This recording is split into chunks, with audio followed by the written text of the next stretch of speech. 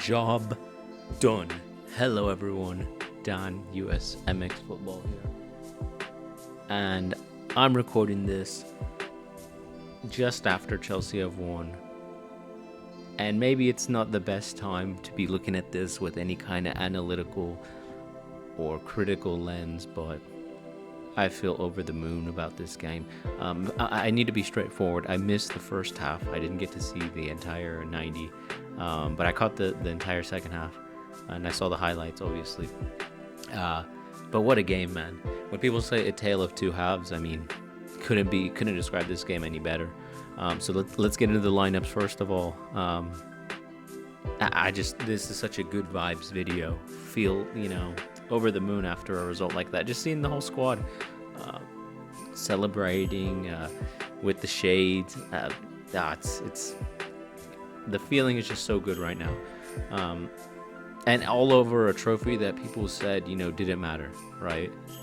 But I haven't felt this good since, even the Lampard days, but this feels even better. So Jorgensen started, Cuckoo on the left. So far, we got that right. But this center back pairing kind of surprised me. Chalobah and Badiashile.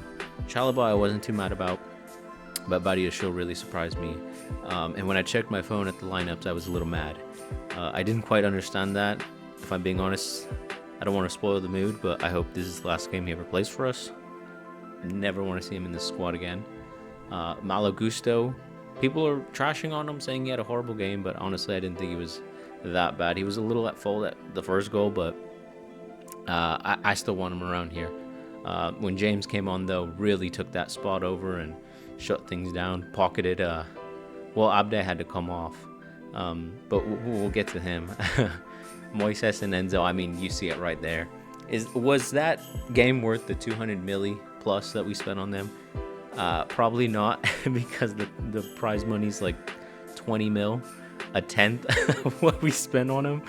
But I mean, those two have looked throughout the whole season. I thought they've really improved, but in this game they looked just sublime. In the second half, the first half things were a little rocky. I thought Caicedo was a little, trying to find his footing, so to speak, in the first half, but in that second half, that's exactly the two that we've come to love. And I thought Enzo just looked so good in that midfield, absolutely bossed it in the second half, winning every touch, every 50-50, being creative when he had to, just being the perfect pivot, right? Complementing Caicedo so well. And you look back a year ago where they were, still trying to find, I wouldn't say, like the sequences in particular. There was a play towards the end where Caicedo receives the ball and Enzo just knows, run into the space in behind. And I think that's something that has come with time, that we would have never seen something like that in the first, when these two were just beginning to play together. But I think Maresca has done an excellent job getting him to click. Palmer as well, 2 assists for him. What a phenomenal game. Neto, I thought he had a whatever game. Honestly, Neto and Madueke were pretty bad, if we're being completely honest. Neto, he did the hard running that I always talk about, head down running. And Noni as well was just running straight into the fullback, Sabali or Barta sometimes, which was so frustrating. Speaking of frustrating, Nico Jackson, man, that chance he blew. I was so mad because I was thinking, what if we don't get another chance to close this game out? But luckily, Sancho was able to close it out with his goal. But man, really frustrating game from Nico. And when speaking of Sancho, when his goal went in, I said, yep, he's earned his right here. We talked about that in the preview. If Sancho could do enough to show why we should pay the signing on fee, I think he deserves to be here at this club next season. With that game, with that performance off the bench, he earned his right here. Colwill was phenomenal when he came on. Really showed why Badiashile should never have started. But as much as I want to criticize Maresca for starting Badiashile, he fixed it by putting on Colwill when he had to. So credit there. Sancho was, and I think every sub Maresca had, maybe besides Guiu, he was all right, but every substitution he had was perfect. Levi did what he had to do in defense, complementing Chalobah, who I don't think had a perfect game, but once Levi came on, I think he really showed why he deserves to be here. Sancho was perfect, and okay, maybe not perfect, but he did what he had to do. Dewsbury Hall as well, I thought was really good. He got the assist for Jaden's goal. Keep that in mind as well. Kind of choppy, but he got it nonetheless. And Reece James, I mean, that's our captain. I think he should have started, but he didn't have to. He said, Gusto, enough of that. And Guiu, I mean, I don't want to speak too much, but because he came on very late into the game, I want to say 88th minute. So he didn't have much to do. Now looking over at Betis, Adrian I thought had a really bad game. Him and Sabali in particular. That third goal, he was pretty much responsible. And there were some goals where I'm like, Adrian, you are 40 years old, 38 years old. I'm not saying you have to get to all of those goals, but there were one or two where you're like, man, maybe a younger keeper gets to that. No problem.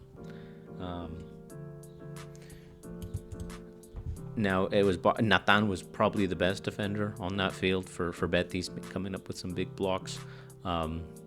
Isco was probably though the man of the well, maybe up until Abde came off, but he didn't stay on that long. Isco was probably the man of the match. I thought Anthony had a really brainless performance. He had some times where he was getting in behind Cucurella on our left hand side, but I mean, if he wasn't getting into fights with Enzo, he was just pretty anonymous. So the GOAT, he looked like Manchester Anthony. That's what Cucu and Enzo made him look like. But Kambu, pretty anonymous as well. I mean, that's why we haven't heard from him really in years. Ever since he went to China, kind of fell off, and I thought he was pretty lackluster. Their subs, I wasn't impressed by any of them really. Ruibal was probably, I mean, he was just looking like he was trying to get fouls everywhere he could. So I mean, up until the first half, they looked pretty good, and we said Bartra, Adrian, Nathan, Ricardo Rodriguez, and I think we had Ruibal starting. But these were the two pivots we had as well. So our prediction was pretty accurate besides right back. So that's cool. But yeah, Abde was probably their best player by far. And that we'll call him Abde. We learned today from watching the game. So yeah, Abde was probably their best player on the field. But I mean, it really was a tale of two halves. Chelsea in that first half looked just frustrating. This wasn't the team that we expected to come out. But in the second half, we really showed that we can, when we turn it on, when there's space to be found in behind, we are probably the best team at probably just blitzing a team, where if the right things can put themselves in place, a highlight, and this is the kind of performance that makes me think, if we were to go against this Barca team, 1 out of 10 games, I think we absolutely pummel them, right? I'm not saying every game would go play out like that, but against teams like Brighton, we've seen that Palmer can just get streaky, right? He gets very streaky and can just terrorize a team in a matter of, literally, we saw in this game 5 minutes. He set up Enzo to Nico, and I mean, he is one of the best in the world. I think after this performance, we can admit that. And that's what I said we wanted from him. A big performance from a guy who they say he ghosts in big games, but a European final here. Think of the Euros for Spain. He was the one who came up big, so he put that narrative to bed. He really did. And I'm just super proud of the boys. The celebrations after, you see that everyone as a group just looks so together. Malagusto, I thought in particular, right, a guy who was subbed off for James, and people were kind of throwing shade at him. It didn't matter. He was there to celebrate with the team.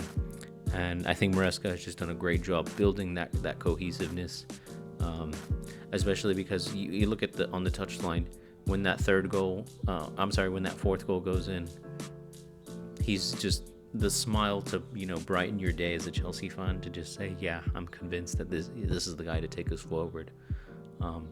So moving forward, I mean, we have the Club World Cup, but with this kind of big performance, it's just so inspiring from the boys.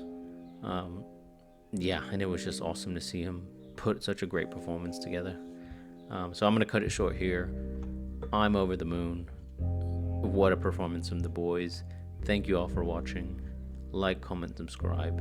Up the Chels. And we got the Club World Cup as the next silverware we got to take. So that's exciting. All right. Hope you guys have a good one.